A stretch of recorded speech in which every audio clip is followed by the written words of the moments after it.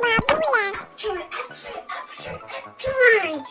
Ой, походу я заболела. Сынуля.